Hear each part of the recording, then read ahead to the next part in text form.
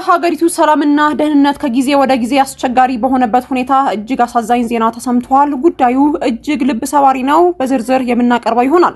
በትግራይ ክልል ዳግም ጦርነት እንዳይቀሰቀስ የሚጠይቅ ሰላማዊ ሰልፍ በአዲስ አበባ ሊካሄድ ነው። 9 መትረየስ የተሰኘ ከባድ መሳሪያ በህገወጥ መንገድ ሲያዘዋውሩ የተገኙ 4 ግለሰቦች በ12 ዓመት ጽኑ እስራት በገንዘብ እንዲቀጡ ተወስኗል። ሰፋ ያለ ዘገባ ይዘንበታል። የሳውዲ አረቢያ የጸጥታ ባለስልጣናት አካሂደናል ባሉት ሳምንታዊ የተቀናጀ የህግ ማስከበር ዘመቻ ድንበር በኩልም በህገወጥ መንገድ ወደ ግዛቷ ለመግባት ሲሞክሩ ከተያዙ ግለሰቦች መካከልም ከግማሽ በላይ የሚሆኑት ኢትዮጵያውያን መሆናቸውም አስታወቁ። ክብራትና ክብራን የጥበብ ሚዲያ ቤተሰቦች ቆይታችን እነዚህና ሌሎችም ሀገር አቀፍና ቀጠናዊ መረጃዎችን በዝርዝር የምናቀርብ ይሆናል። ለቤቱ አዲስ የሆናችሁ ውድ ቤተሰቦቻችን ሰብስክራይብ በማድረግ የደውል ምልክቷን በማብራት የቤቱ አባል ተሆኑ ዘንድ በአክብሮት እንጋብዛለን። በቅድሚያ የዕለቱ የቢዝነስ ዘገባዎችን አስቀድመን ወደ ዝርዝር ዘገባዎች እናልፋለን። አብራችሁን ቆዩ።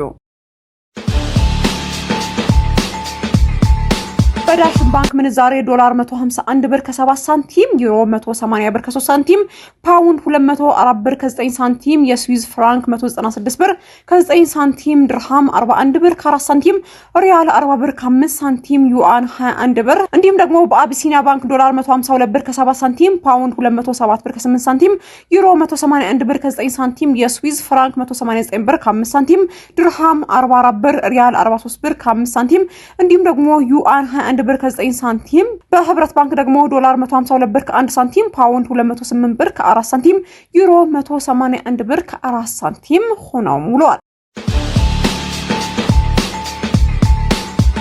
በትግራይ ክልል ዳግም ጦርነት እንዳይቀሰቀስ የሚጠይቅ ሰላማዊ ሰልፍ በአዲስ አበባ ሊካሄድ ነው። በትግራይ ክልል የህወሓት አመራሮችና የፌዴራል መንግስት በደረሱበት አለመግባባት የተፈጠረው ውጥረት ተከትሎ ዳግም ጦርነት እንዳይቀሰቀስ በአዲስ አበባ ሰላማዊ ሰልፍ ለማካሄድ መታቀዱ በትግራይ ለውጥ ፈላጊ የተባለ ስብሰባ አስታወቀ።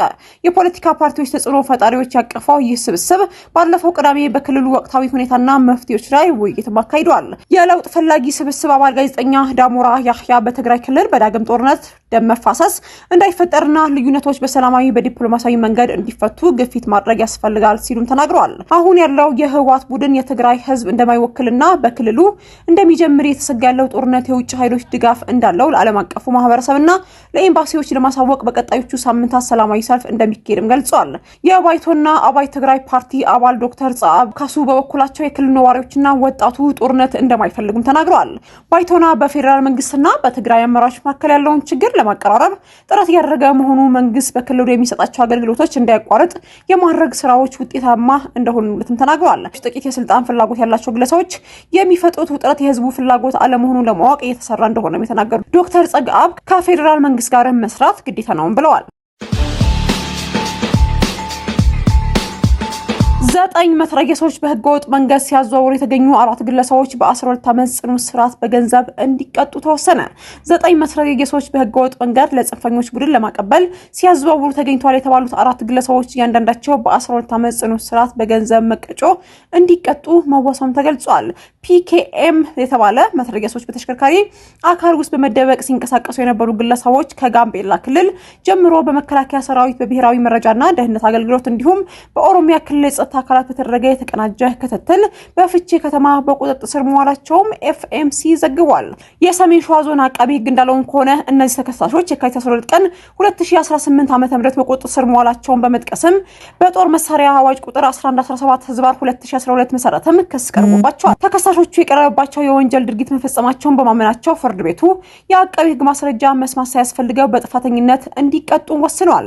በዚህም በተከሳሾቹ የቅጣት አወሳሰን መመሪያ ቁጥር 3/2017 መሰረትም አራቱም ተከሳሾቹ እያንዳንዳቸው በ12 ዓመት ጽኑ እስራት እንዲቀጡ የተፈረደባቸው ሲሆን የመጀመሪያዎቹ 3 ተከሳሾች እያንዳንዳቸው በ50 ሺህ ብር፣ አራተኛ ተከሳሽ ደግሞ በ20 ሺህ ብር የገንዘብ መቀጮ እንዲቀጡም ተወስኗል።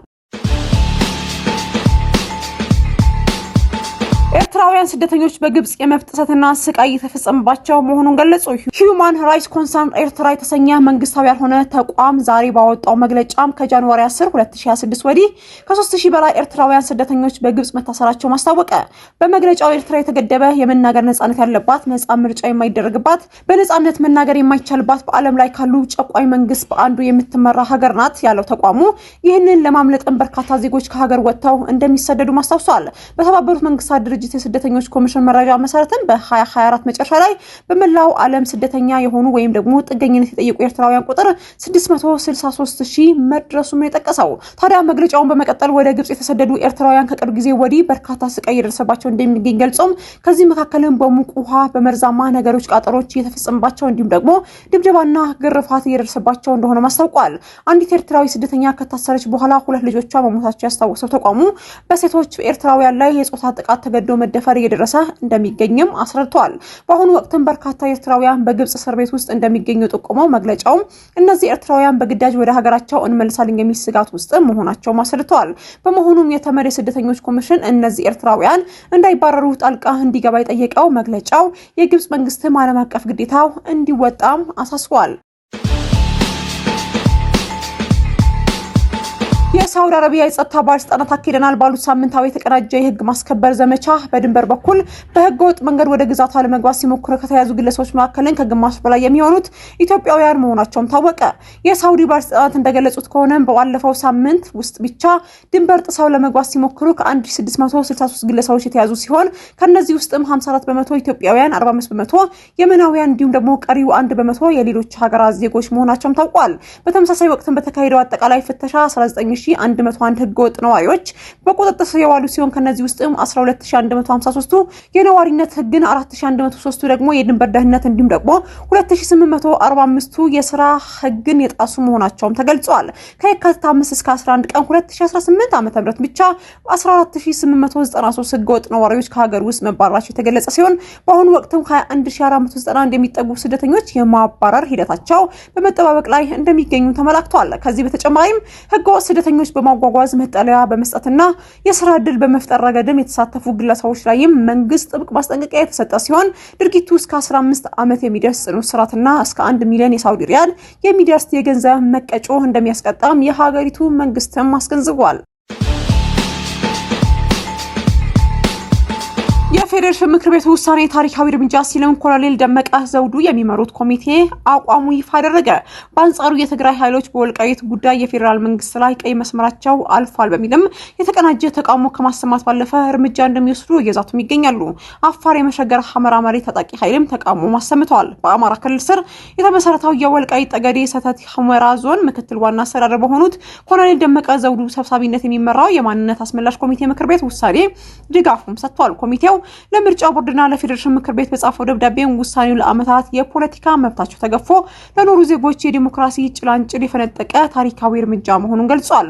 ኮሚቴው የሚያቀነቅነው የማንነት ጥያቄ ለመፍታት እንደ አንድ እርምጃ እንደሚቆጥረው ማስታውቋል። ይሁን እንጂ ይህንን ምርጫ ለማስፈጸም የመንግስት ጥበቃና የምርጫ ቦርድ ገለልተኝነት አፈጻጸም አስፈላጊ እንደሆነም ጠቅሷል። ምርጫ ቦርድን ከምክር ቤቱ የተላለፈለትን ተግባራት እንዲያደርግና እንዲሁም ደግሞ ከዚህ ቀደም ህወሓት በወሰነው ህገወጥ ከለላ ተጽዕኖ ስር እንዳይወድቅ ማሳስቧል። የወልቃይት ጠገዴና አካባቢው ህዝብ ላይ ማንነት ስጋትና እንዲሁም ደግሞ ጫና የራሱ ተወካዮች እንዲመርጥ ምቹ ሁኔታ እንዲፈጥሩለትም ጠይቋል። በተጨማሪም ኮሚቴው የተቃዋሚ ፓርቲ ስምረት ውሳኔ ህገ መንግስታዊ ስርዓት አልበኝነት እንዲሁም ደግሞ የአስተዳደር ነጠቃ በማለትም ያሰማው ተቃውሞም ተችቷል። ስምረት እውነተኛና ፍትሃዊ የወልቃይት ጠገዴ ህዝብ ጥያቄ ለመደፍጠጥ እንዲሁም ደግሞ ለማፈን ሞክሯል ሲልም ተቃውሟል። በተመሳሳይም ከትግራይ ኃይሎች ተነጥለው በወጡ ወታደራዊ አዛዦች የሚመራው የትግራይ ሰላም ኃይል የተባሉ ታጣቂ ቡድንን ውሳኔው አጥብቆ እንደሚቃወምም ባወጣው መግለጫ ማስታውቋል። የታጣቂ ቡድኑ ወታደራዊ ምክር ቤት ያወጣው ይህ መግለጫ እንድንታገል ምክንያት መሆኑ ወሳኝና ከምንም በላይ ቦታ የምንሰጠው ጉዳያችን አንዱ ተጋሩ ህልውና ነውም ብሏል።